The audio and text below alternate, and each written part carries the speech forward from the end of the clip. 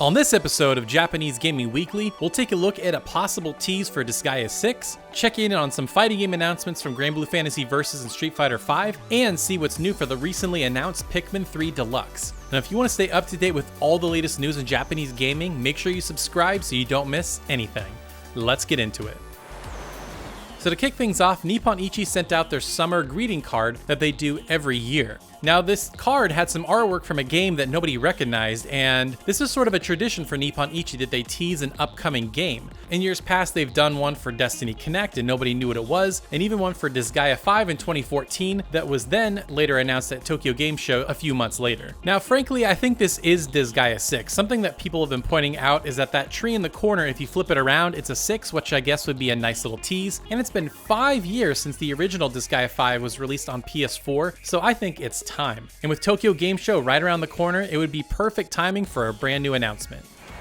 Next, it seems as if No More Heroes is coming to Nintendo Switch as it was rated in Taiwan. Now this is the first time that this game has been re-released since 2010's No More Heroes Heroes Paradise on PS3 and Xbox 360. And with the upcoming No More Heroes 3, it makes perfect sense that they would re-release this game. And this makes total sense. I mean, you have the Joy-Cons, which could serve as, motion controls if you needed to. So this one is definitely coming, and I would probably look for an announcement in the next couple of months. It would be a great way for people to get into the series to get ready for No More Heroes 3.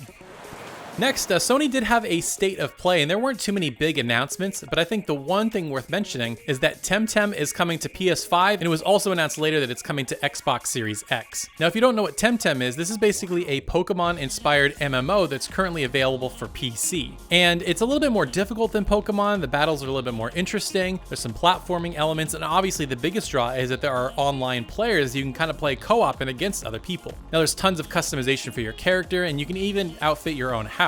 Now they also followed this up by saying that the previously announced PS4 and Xbox One versions have been canceled and they're only focusing on next gen, and there's also a Switch port incoming. So if you like Pokemon and have been looking for something a little bit different with the series, I would consider checking out Temtem when it releases next year.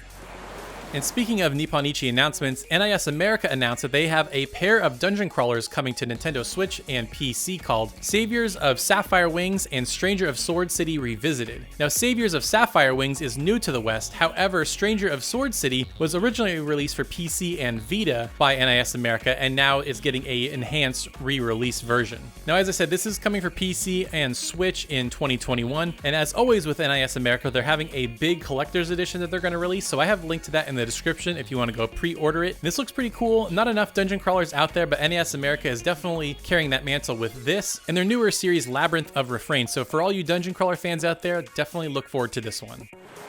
Alright, let's get into some fighting game news. Now, the Street Fighter part of the show is a bit bittersweet. Let's get to the good stuff first, though. So, they announced a slew of characters coming to Street Fighter V Champion Edition, and the first one is Dan, coming this winter. Now, this was the only character that they announced that has game footage, and Dan looks great. He's like that sweet joke character. His pink gi, he looks great. And they also announced that Rose would be coming spring 2021. Oro from Street Fighter Third Strike, who hasn't been in a Street Fighter game in a long time, is coming summer 2021. And maybe the biggest surprise announcement was Akira Kazama from Rival Schools, who will be coming summer 2021. Now there is a fifth character in his DLC set that's set to come in late 2021, and they will announce that at a later date. Now this does come with a bit of sad news, as today, as of recording this on Sunday, Yoshinori Ono just announced that he will be leaving Capcom after nearly 30 years. Now for those of you who don't know, Yoshinori Ono is the series producer for Street Fighter. He's been with the company a long time. He's been the face of the franchise. He always carries around his little Blanca figure. And he didn't say why he was resigning, but I imagine, he might be getting up there in age. He wants to take a break, or maybe just take a lesser role, or maybe start his own studio. I don't know. But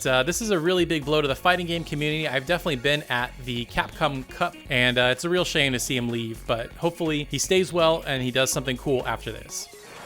Next, we have quite a few announcements for Granblue Fantasy Versus. Now, the first one is that patch 1.4 has been released, and this has a ton of content. First of all, it has the new story episodes 41 through 45, as well as some new boss battles, which are free, and story episodes 46 through 50 will launch early 2021. And in this new update, there's a ton of new limited time events like fighting with other people online to earn ranks, as well as timed boss events to earn you new titles. Now, the previously announced character Belial is coming September 24th as a part of Character Pass 2, and this will also coincide with the 2.0 update, which will include balance and functionality updates. And they also announced a new character, Cagliostro, who will be coming in late October. Now, unfortunately, the English VO will come later in a patch due to complications from COVID, but it is coming. And they also announced that new characters are set to release this December, early 2021, spring 2021, and summer 2021. So if you're enjoying Granblue Fantasy Versus, there's a lot of new content to look forward to. Now, I don't think this deserved its own story, but I did want to mention it here, that Cygames has announced that Granblue Fantasy Relink will have news coming at Granblue Fantasy Fest that runs from December 11th through 13th. Now, this game has been in development for a long time, so I expect either an announcement or a PS5 port, or maybe even both. So make sure you subscribe because I will keep you up to date with everything going on in this game. I know a lot of you have been looking forward to it. Next, I want to touch on a few sales figures that a few companies have shown. And so Nintendo announced that they have sold over 61 million Switches, which is pretty impressive considering it's only been out in the wild for about 3.5 years. That's really awesome. One of their fastest selling consoles in history, I imagine. And a couple games of note, Animal Crossing New Horizons has sold over 22 million copies, which is insane. That's like a third of all Switch owners own this game. That's absolutely crazy. And they also announced that Pokemon Sword and Shield has now sold over 18 million copies, making it the third best-selling Pokemon game, only behind Red and Blue and Gold and Silver. Very, very impressive. And they also announced that Xenoblade Chronicles Definitive Edition has sold 1.32 million copies, which I think is pretty good for this series. I know they sell about a million-ish copies every time they come out, so 1.3 for a re-release. That's got to be really great, and hopefully that means we might get Xenoblade Chronicles X on Switch, or maybe even Xenoblade Chronicles 3 sometime in the future.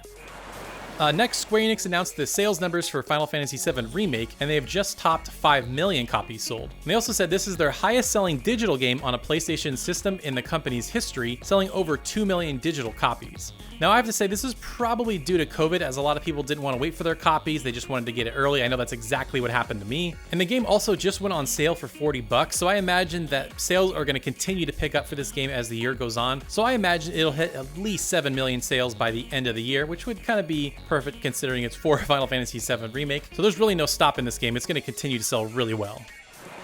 Alright, for the release date roundup, as I mentioned in the opener, Pikmin 3 Deluxe was announced by Nintendo and is coming to Nintendo Switch October 30th. Now, there are a few new things for this version of the game. They announced that there's new story content, co-op gameplay, and other quality of life improvements. And this is one I know a lot of people have been waiting for to come over from the Wii U. There's not too many more exclusives stranded over there. There's like Mario and I think Xenoblade X, but I know a lot of people were looking forward to this one, so it's exciting to hear that they have that game coming to Switch this fall.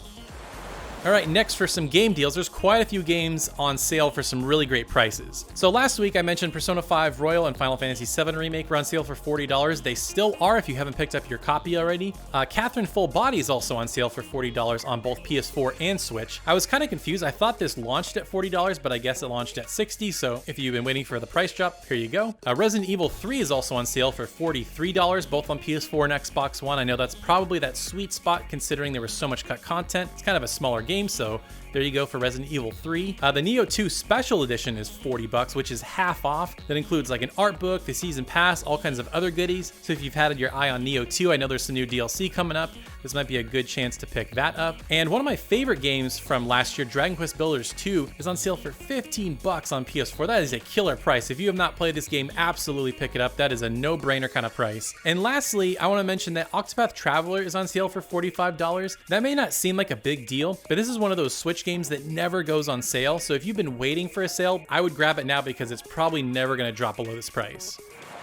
If you've been carving through your backlog and are looking for something new to pick up, then definitely check out my review for Fairy Tail. I was really surprised at how much I liked this game, and in fact, yesterday I just got the Platinum Trophy on PS4. It's super fun. And if you found this video helpful, definitely leave a like and consider subscribing as I release this kind of show every single Monday. Thank you so much for watching, and we'll see you next time.